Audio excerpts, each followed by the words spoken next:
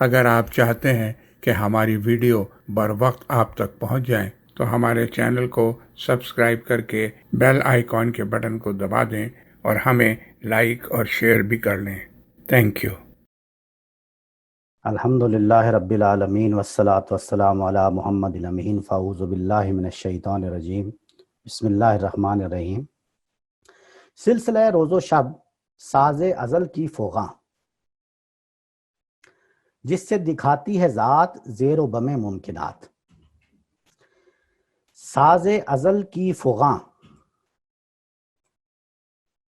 فغاں جو ہے یہ ہمارے شعری ادب میں فراق کے لیے جو نالہ بلند ہوتا ہے اس کو فغاں کہتے ہیں۔ تو وہ ازل کیا ہے؟ ازل اصل میں یہاں پہ یعنی ظرف لکھ کے مظروف بیان مراد اس سے مظروف ہے، یعنی اس سے مراد ہے اللہ تعالیٰ۔ یعنی اصل میں لکھنا کیا چاہیے تھا؟ ازلی۔ ازل تو ظرف ہے نا، تو مظروف مراد لیا ہے ازل لکھ کے۔ ساز ازل یعنی اللہ تعالیٰ کا ساز، تو اللہ تعالیٰ کا ساز چونکہ موضوع لفظ نہیں ہے اس لیے ساز ازل لکھا۔ تو ساز ازل کی فغاں، وہ کہتے ہیں کہ عشق کی لو پھوٹی، فغاں نالہ بلند ہوا، ٹھیک ہے، اور اس نالہ بلند ہونے سے، عشق کی لو پھوٹنے سے وہ جو ساز نکلا اس فغاں سے، اس سے ہمیں کائنات کی تخلیق کے جو یعنی ساز کی وجہ سے آگے لفظ ہے زیر و بم، یعنی ساز کی وجہ سے کیا لفظ ہے؟ زیر و بم۔ زیر و بم مطلب اپس اینڈ ڈاؤنس، اس کی ساز کے اپس اینڈ ڈاؤنس۔ اور ممکنات کا کیا مطلب ہے؟ ممکنات کا مطلب ہے کائنات۔ کیسے ممکنات کا مطلب کائنات ہے؟ یہ میں نے اس کی وضاحت کی تھی، اگر آپ لوگوں کو یاد ہو۔ یہ میں نے عرض کیا تھا کہ ایک وجود ہے جس کا ابھی ہم نے بتایا نا، وجود یعنی وحدت الوجود میں ایک وجود ہے جس کا ہونا necessary to be، اس کو کہتے ہیں واجب الوجود۔ واجب الوجود، necessary to be، اس کو تو ہونا ہی ہے۔ اور باقی کے جو وجود ہیں یعنی اللہ تعالیٰ کی ذات کے علاوہ جو وجود ہیں کائنات میں، وہ ممکن الوجود ہیں۔ یہ سمجھ آئی آپ لوگوں کو؟ ممکن الوجود یعنی ممکن یکون، ممکن لا یکون، یعنی پاسبل ہے کہ ہو، پاسبل ہے نہ ہو۔ سمجھ گئے آپ؟ اس لیے ذات کے علاوہ جو وجود ہیں ان کو کہتے ہیں ممکنات۔ تو میں جی اس پہ غالب نے بھی کچھ طبع آزمائی کی تھی نا؟ جی فرمائیے۔ وہ ڈبویا مجھ کو ہونے نے، نہ ہوتا میں نہ ہوتا تو کیا ہوتا۔ جی بالکل، تو بالکل یہی کانسیپٹ ہے۔ جی ایگزیکٹلی۔ اصل میں یہ جتنے بھی صوفیاء اپنا جتنے بھی شعراء ہیں بڑے بڑے، اصل تصوف تو آپ کو پتہ ہے تصوف تو شاعری سے بھرا پڑا ہے نا، اور سب کے سب ہی آپ یوں سمجھیں کہ بغیر کسی استثناء کے سارے وحدت الوجود ہی کے قائل ہیں سب لوگ۔ تو اس لیے آپ کو ہر شعر میں آپ کو یہ نظر آئے گا۔ آپ نے بڑی اچھی طرف یہ اشارہ کیا کہ نہ ہوتا میں تو کیا ہوتا۔ اس میں بھی آپ دیکھیں، اس شعر میں بھی یعنی کیا ہے جی پہلا مصرع؟ ڈبویا مجھ کو ہونے نے، نہیں پہلا مصرع نہیں، اس کا پہلا مصرع نہ تھا جب، ہاں، کچھ نہ تھا تو خدا تھا۔ خدا تھا۔ جی آپ کچھ نہ تھا، ہاں، کچھ نہ تھا تو خدا تھا، کچھ نہ ہوتا تو خدا ہوتا۔ کچھ نہ تھا تو خدا تھا، کچھ نہ ہوتا تو خدا ہوتا۔ ڈبویا مجھ کو ہونے نے، نہ ہوتا میں تو کیا ہوتا۔ اب اس میں یہ جو لفظ کیا ہے نا دوسرے مصرے میں، کیا ہوتا، اس کو دو لہجوں کے ساتھ عام طور پہ لوگ پڑھتے ہیں کہ نہ ہوتا میں تو کیا ہوتا۔ کیا ہوتا یعنی کیا حرج تھا کہ میں نہ ہوتا، ایک یہ لہجہ ہے۔ ایک اس کا جو اصل مفہوم ہے وہ یہ ہے کہ نہ ہوتا میں تو کیا ہوتا، اور اس کا مطلب یہ ہے، آپ سمجھیں ذرا اس کو، بالکل صحیح وحدت الوجود کی وہ چیز ہے یہ۔ کچھ نہ تھا تو خدا تھا، یعنی اگر کچھ نہیں تھا تو کیا تھا؟ خدا۔ کچھ نہ ہوتا تو خدا ہوتا۔ ڈبویا مجھ کو ہونے نے، یعنی میرا ہونا جو ہے اس نے مجھے ڈبو دیا ہے۔ کیوں؟ نہ ہوتا میں تو کیا ہوتا۔ کیا ہوتا؟ کیا کا مرجع کیا ہے؟ خدا۔ یعنی اگر میں نہیں ہوتا تو اس کا مطلب ہے میں کیا ہوتا، یعنی خدا ہوتا۔ یہ آپ سمجھ گئے؟ تو فیصل صاحب یہ شرک نہیں ہے؟ میں نے یہ شروع کرنے سے پہلے عرض کیا تھا کہ اگر یہ شرک ہے تو اس کو ہم چوتھے مرحلے پہ بیان کریں گے.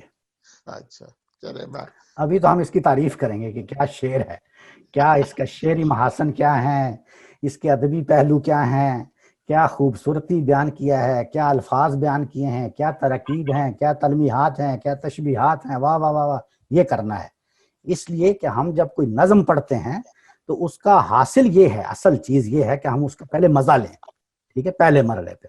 دوسرے مرحلے پہ اس کا ادبی پہلو دیکھیں. تیسرے مرحلے پہ اس کا پیغام دیکھیں کہ وہ پیغام کی. اب جب پیغام ہم کہیں گے نا کہ یہ کیا دے رہا تھا، تو پھر ہم کہیں گے کہ اب ہم تنقید کرنے کے لیے تیار ہیں. اچھی طرح سمجھ گئے ہیں، تعریف کر دی. شعر بہت اچھا ہے، بہت. آپ کو پتا ہے مشتاق احمد یوسفی صاحب نے کہا تھا کہ غالب کے تو بہت سارے شعر جو ہیں وہ سمجھ آ جائیں تو واہ واہ کرتے ہیں، اور سمجھ نہ آئے تو پھر اور بھی واہ واہ کرتے ہیں، اس کی اور بھی لذت آتی ہے. تو اس کی پہلے ہمیں لذت لینی.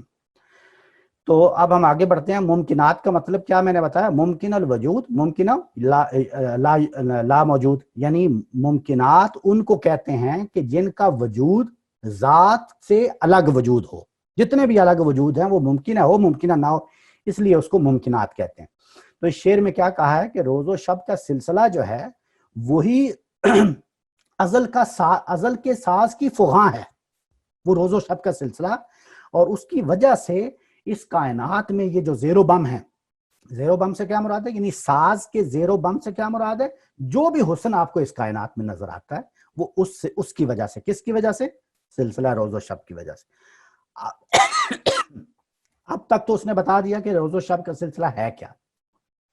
اب آگے یہ بتائے گا کہ وہ کرتا کیا ہے. بتا رہے ہیں کہ تجھ کو پرکھتا ہے یہ، مجھ کو پرکھتا ہے یہ، سلسلہ روز و شب سیر فی کائنات. تجھ کو پرکھتا ہے یہ، مجھ کو پرکھتا ہے یہ، سلسلہ روز و شب سیر فی کا. سیر فی جو ہے یہ صراف کے معنوں میں آتا ہے. جیسے پرانے زمانے ہمارے یہاں تھے جیولرز کو کہتے ہیں نا صراف. پرانے زمانے میں سکوں کو جو پرکھتے تھے اس کو صراف یا صرفی کہا جاتا ہے. تو وہ کرتے کیا ہیں؟ یعنی اس سکوں میں جو معدنیات کی مقدار ہوتی ہے سونے کی، یعنی کتنا خالص سونا ہے، کتنا ناخالص ہے، اس کی پرکھ کرنا، اس شخص کو کہتے ہیں صرفی. تو کہتا ہے کہ تجھ کو پرکھتا ہے یہ، مجھ کو پرکھتا ہے یہ، سلسلہ روز و شب سیر فی کائنات. یہ کائنات کا جو زمان کا جو سلسلہ ہے یہ ہر لمحے ہمیں پرکھ رہا ہے، ہر لمحے ہمیں پرکھ رہا ہے. تو ہو اگر کا معیار، میں ہوں اگر کا معیار، موت ہے تیری برات، موت ہے میری برات. کا معیار. میں معافی چاہتا ہوں، یہ پچھلا شعر جو تھا اس میں مجھ تو سمجھ میں آتا ہے کہ اس کا اشارہ کس طرف ہے، لیکن تجھ سے کیا مراد ہے؟ یعنی تجھ اور مجھ کو دونوں کو بیان کر کے مطلب یہ ہے کہ سب کو، یعنی تجھ کو اور مجھ کو دونوں کو بیان. جیسے اوپر یہ دیکھیں نا، سب سے پہلے شعر میں حیات و ممات کا جیسے ایک لفظ استعمال ہوا نا، حیات و ممات. یہ ایک ادب میں ایک خاص پہلو ہوتا ہے جس میں ہم ایک حصر کا پہلو ہوتا ہے اس میں. یعنی ایک لفظ بیان کر کے حیات و ممات، اس میں ہر چیز کو شامل کر لیا. جیسے ہم عام اپنے الفاظ میں بیان کرتے ہیں نا صبح شام، ہم الفاظ استعمال کرتے ہیں صبح شام، میں یہی کرتا ہوں، تو صبح شام بول کے میں نے اس کو احاطے کا مضمون دے دیا. اسی طرح یہاں پہ تجھ کو پرکھتا ہے یہ، مجھ کو پرکھتا ہے یہ، یعنی میرے جو جس کو وہ سنا رہا ہے یہ، یعنی آپ لوگ اور میں لوگ، ہم لوگ. تجھ کو مجھ کو کہہ کے اس سے مراد ہے کہ سب لوگوں کو، ہم کو سب کو یہ پرکھ رہا ہے. تو تجھ کو پرکھتا ہے یہ، مجھ کو پرکھتا ہے یہ، سلسلہ روز و شب سیر فی کائنات. یہ سیرفی ہے، یہ وہ صراف ہے. اور سیرفی کا لفظ یہاں کیوں استعمال کیا ہے؟ کیوں استعمال کیا ہے؟ کیا ہم اس کو ایسے سمجھ سکتے ہیں کہ تجھ اور مجھ جو ہے یہ ممکنات کی طرف اشارہ ہے اور صرفی جو ہے وہ ذات کی طرف اشارہ ہے؟ ہاں وہ تو ظاہر ہے، وہ تو بالکل ایسا ہی ہے. یعنی یہ تو آپ دیکھیں نا، اوپر تو اس نے بتا دیا کہ اصل ذات تو وہ ہے، باقی سب تو ممکنات ہیں. باقی سب تو اصل تو وجود وہ ہے، باقی ممکنات ہیں.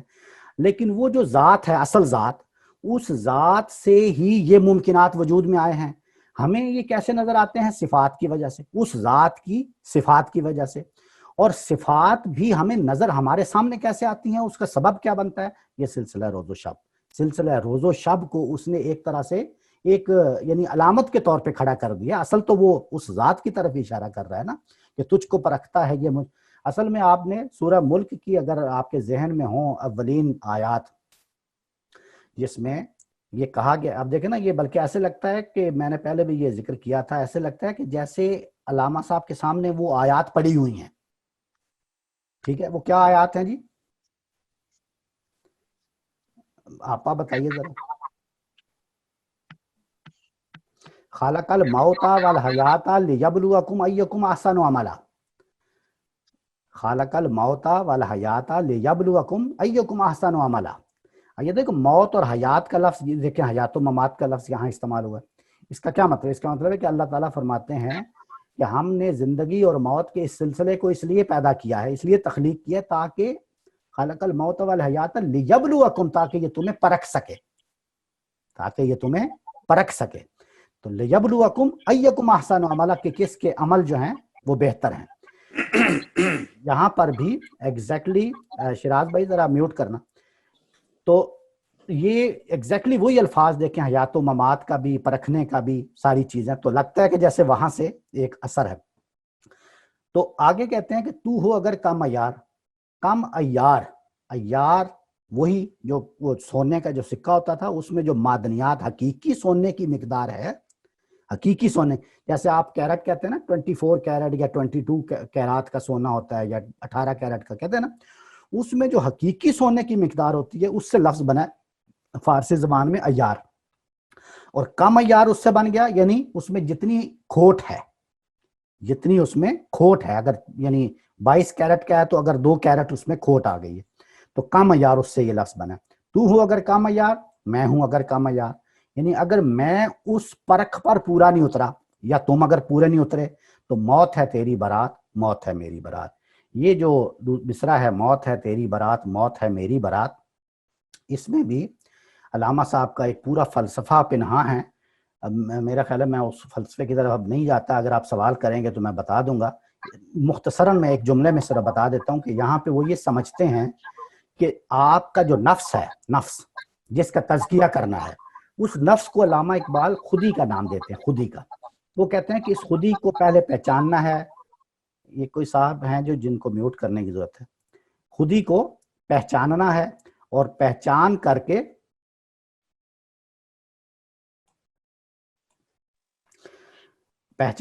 اب اس کا تزکیہ کرنا ہے. تو آپ اگر اس کا تزکیہ کرنے میں کامیاب ہو گئے ہیں، کہتے ہیں نا خودی کو کر بلند اتنا کہ ہر تقدیر سے پہلے، اگر کامیاب ہو گئے ہیں تو اس کا جو آخری حاصل ہوگا، اس سے جو آخری انعام آپ کو ملے گا وہ اصل میں حیات ملے گی، خودی کی حیات. اس کو کہتے ہیں حیات جاوداں، یعنی ہمیشہ کی زندگی. یہ ہمیشہ کی زندگی ہے، حیات جاوداں ہے، جس کو کہتے ہیں جنت. اور اگر اپنی خودی کو آپ نے آلودہ کر لیا، اپنے نفس کو آلودہ کر لیا، نامراد ہو گئے، تو پھر آپ کا جو اجر ہے جو آپ کو ملے گا اس کے بدلے میں، وہ کیا ہے؟ عوض کیا ملے گا؟ وہ ہے موت. یعنی آپ کو حیات نہیں ملی، اب ملے گی موت. اس موت ہی ہے جس کو دوزخ کہتے ہیں، یعنی جہنم کہتے ہیں. یہ بات اگر آپ آخر میں سوال کریں گے تو میں اس کی مزید وضاحت کر دوں گا.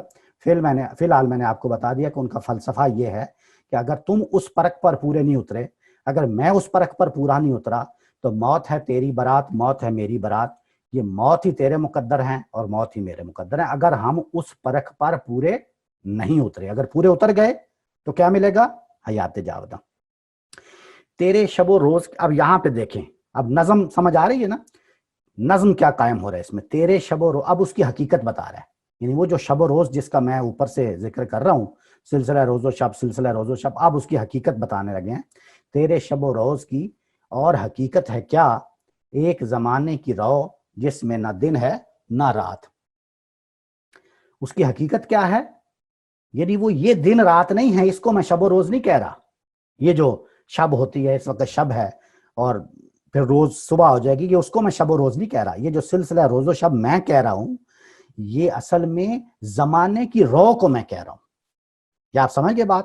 یعنی یہ دن اور رات کو نہیں میں کہہ رہا. تیرے شب و روز کی اور حقیقت ہے کیا، ایک زمانے کی رو جس میں دن ہے نہ رات. یہ بات واضح ہوئی آپ کو؟ یعنی یہ دن اور رات تو ایک سورج کی وجہ سے ہے نا، سورج سامنے آ جائے گا تو دن ہو جائے گا، سورج پیچھے چلا جائے گا تو رات ہو جائے گی. یہ تو اس سے مرہون ہے نا. میں شب و روز اس کو نہیں کہہ رہا، وہ کہتے ہیں کہ یہ تو چھوٹی سی ایک چیز ہے، سورج چھوٹی سی ایک چیز ہے، زمین وہ سامنے آ گیا تو دن ہو گیا، پیچھے چلا گیا تو رات ہو گئی.